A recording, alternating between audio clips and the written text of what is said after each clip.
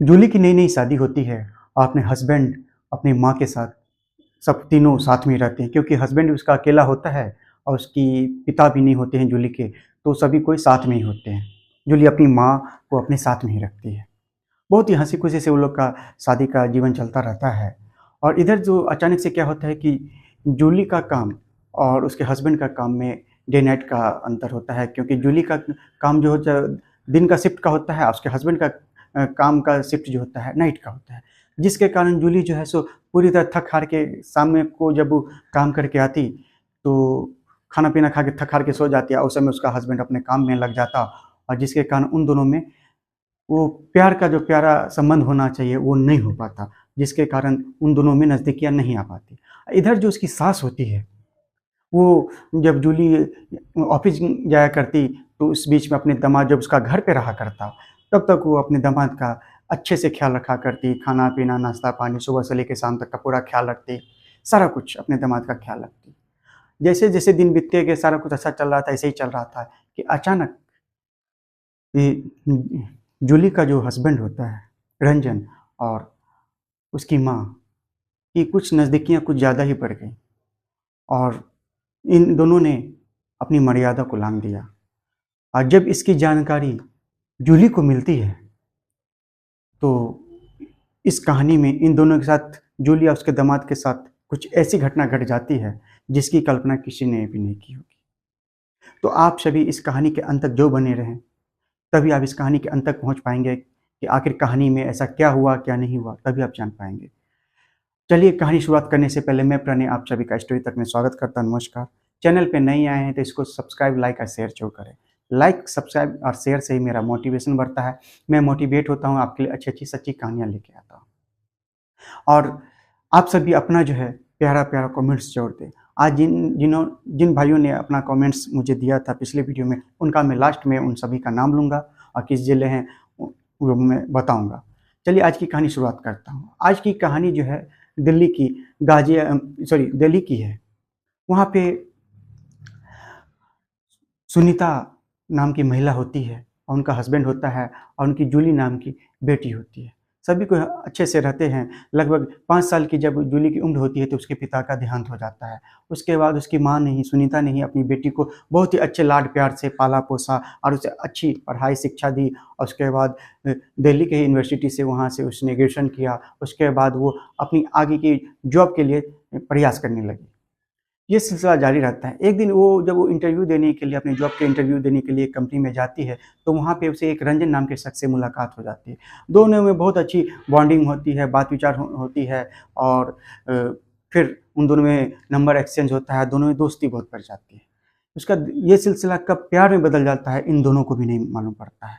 उसके बाद ये दोनों खूब एक-दूसरे से जब भी ऑफ़िस से अपना वो फिर ये दोनों लोग अपना काम में लगे रहते हैं कि कब उन्हें जॉब मिले। एक दिन ऐसा आता है कि जूली को जो है एक बैंक में जॉब मिल जाती है और उसका जो हस्बैंड मतलब वो रंजन जो होता है उसे जो है एक मल्टीनेशनल कंपनी में सॉफ्टवेयर इंजीनियर की जॉब मिल जाती है। दोनों ही बहुत ही अच्छे से अपने-अपने काम को करने लगे। उसके बाद जब भी मौका मिलता वो साथ ही मिलते अपने प्यार को एक-दूसरे में खो जाते, प्यारी-प्यारी बातें करते। एक दिन ऐसा होता है कि दोनों अपने प्यार का इज़हार कर देते हैं और एक बार वो अपने कहते हैं कि अब हम लोग को अब साथ में ही रहना है, शादी कर लेना चाहिए। तो जूली कहते हैं ठीक है मैं अपनी माँ से बात करती हूँ कि वो मेरी माँ जो सारा कुछ तो मेरी माँ ही करेगी।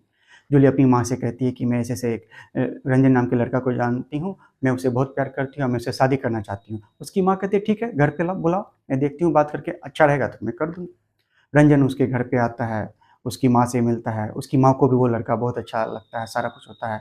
उसके बाद एक दिन ऐसा आता है कि उन दोनों की अच्छे दिन देख के एंगेजमेंट हो जाती है। फिर एंगेजमेंट धूम-धाम से बहुत अच्छे से हो जाती है और फिर कुछ दिनों के बाद उन दोनों की शादी हो जाती है। दोनों बहुत ही खुशहाली से रहने लगते हैं। इधर जो होता है क्या कि रंजन के भी परिवार में कोई नहीं होता है और जूली के भी परिवार में कोई नहीं होता है। तो रंजन और जूली डिसाइड करते हैं कि हम लोग माँ को अपने साथ में ही रखेंगे। दोनों दिल्ली में ही जॉब करते हैं। दोनों अच्छे से अब अपनी माँ के साथ माँ को भी अपने साथ में रखते हैं। कुछ दिन के लोग फिर उन दोनों का जो है लगभग सप्ताह 10 दिन शादी के 10 दिन के बाद का हनीमून का ट्रिप बनता है। तब अपनी माँ को घर पे रख के वो लोग सिंगापुर का टिकट उन लोग का होता है और सभी दोनों जो है हनीमून पे जाते हैं, ऐसे लगभग सप्ताह 10 दिन घूम के उसके बाद वो हनीमून ट्रिप से आते हैं। उन दोनों में बहुत ही प्यारा-प्यारा संबंध रहता है, बहुत ही हँसी-खुशी से जीवन बिताते हैं। और जूली और रंजन बहुत ही एक-दूसरे से प्यार करते रहते हैं, बहुत ही अच्छा सब कुछ चलता रहता है। एक दिन की बात है कि अचानक से जूली का जो हो जाता है कि ये उसका बैंक में जॉब करती है, तो उसका 1 टू 5 का जॉब होता है और उसका हस्बैंड जो है मल्टीनेशनल कंपनी में जॉब करता है। उसका जो होता है सो वो वर्क फ्रॉम होम का होता है, घर से ही काम करना होता है, तो उसका नाइट शिफ्ट का होता है।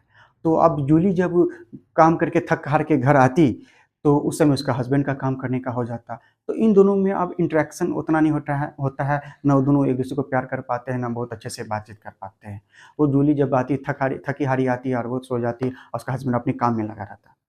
इधर जो है सो जब जूली बैंक को जाती तो उसका उसकी जो माँ होती वो अपने दामाद का बहुत अच्छे से ख़्याल रखती, खाना-पीना बनाती, कपड़ा-उपड़ा सारा कुछ साथ में रहती तो सारा कुछ करती। इधर धीरे-धीरे क्या होता है कि जूली और उसके हस्बैंड में दूरियाँ आ जाती हैं और यहीं उसकी माँ यानी रंजन और उसकी सासू माँ में नज़दीकियाँ आ जाती हैं।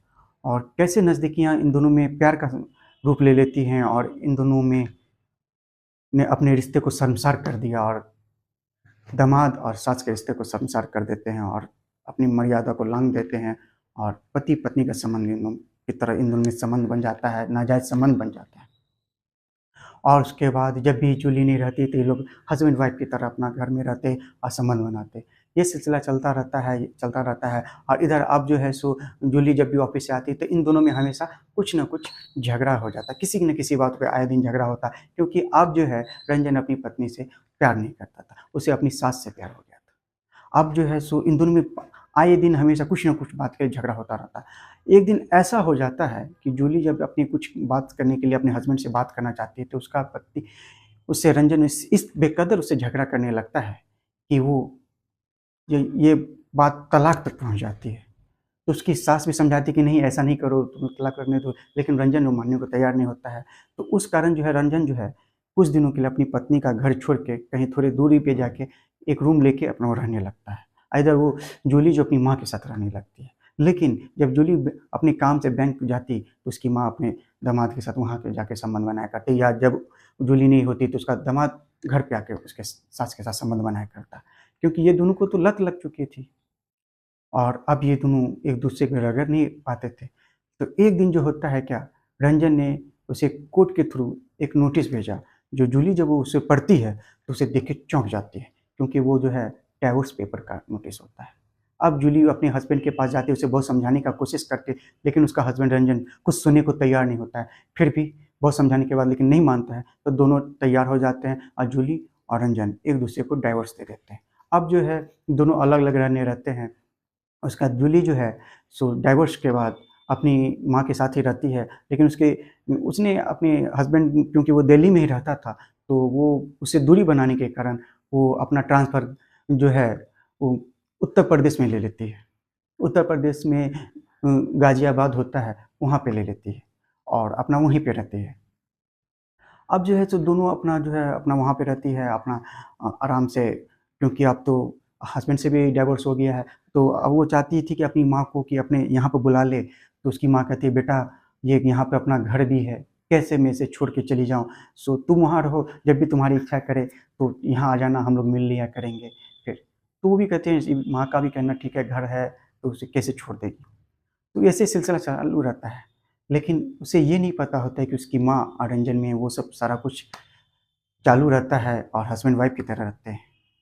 तो इधर जो है सारा कुछ चलता रहता है, इधर उसके रंजन जो है अपनी सास के साथ नज़दीकियाँ बना लेता है और एक दिन बिना बताए अपनी सास के साथ ये दोनों कोर्ट मैरिज शादी कर लेते हैं। सास उसकी माँ जो होती है सास जो होती है सुनीता और रंजन दोनों शादी कर लेते हैं और पति-पत्नी की तरह वहाँ दिल्ली में ही रहने लगते हैं। और ये इन सब बातों से यहाँ गाज़ियाबाद में जो ये जूली रहती थी वो अनजान थी। लेकिन कुछ दिनों के बाद वो कभी-कभी आती तो उसका हस्बैंड जो है वो अपनी बेटी की जब आने वाली घर पे होती तो जूली जो है सुनीता जो है अपनी हस्बैंड रंजन को उसे कहीं और भेज देती और जब तक वो जूली वहाँ रहती तब। अब जो है एक दिन ऐसा होता है कि जब शादी हो जाती है कुछ दिनों के बाद, लगभग 1 साल बीतने के बाद उसकी माँ जो है सुनीता एक बच्चे को जन्म देती है, जो एक लड़की होती है। अब ये जो उससे प्रेग्नेंट हो जाती है, उसे बच्चे को जन्म देती है। अब जो है वो बच्ची जब 3 महीने की होती है तो अब सुनीता को भी यहाँ आना, गाज़ियाबाद से दिल्ली आना में टाइम लगता था। वो भी क्या आती, किससे आती, क्योंकि जब भी वो दिल्ली पहुँचती तो उसे वो सब पुरानी बातें याद आती, रंजन की बातें याद आती। अब जो है ये सब कहानी चलती रहती है कि अचानक से लगभग साल भर बीतने के बाद जब वो दिल्ली पहुँचती है तो अपनी माँ के घर जाती है तो देखती है, जब नॉक करने पे उसकी माँ गेट खोलती है तो उसकी माँ वो गेट नहीं खोलते हुए रंजन गेट खोलता है। तो उसे वो अपनी माँ के घर पे देख के चौंक जाती है कि मैंने डाइवोर्स दे दिया, जिसने मुझे डाइवोर्स दे दिया, वो मेरे घर पे क्या कर रहा है। और कुछ देर के बाद वो जब रूम में अंदर जाती है तो देखती है कि उसकी माँ के गोद में एक 3 माह की बच्ची है। तो वो अपनी माँ से पूछती है, माँ ये किसकी बेटी है? तो रंजन बोलता है, ये मेरे और तुम्हारी माँ की निशानी है, ये हम दोनों की बच्ची है।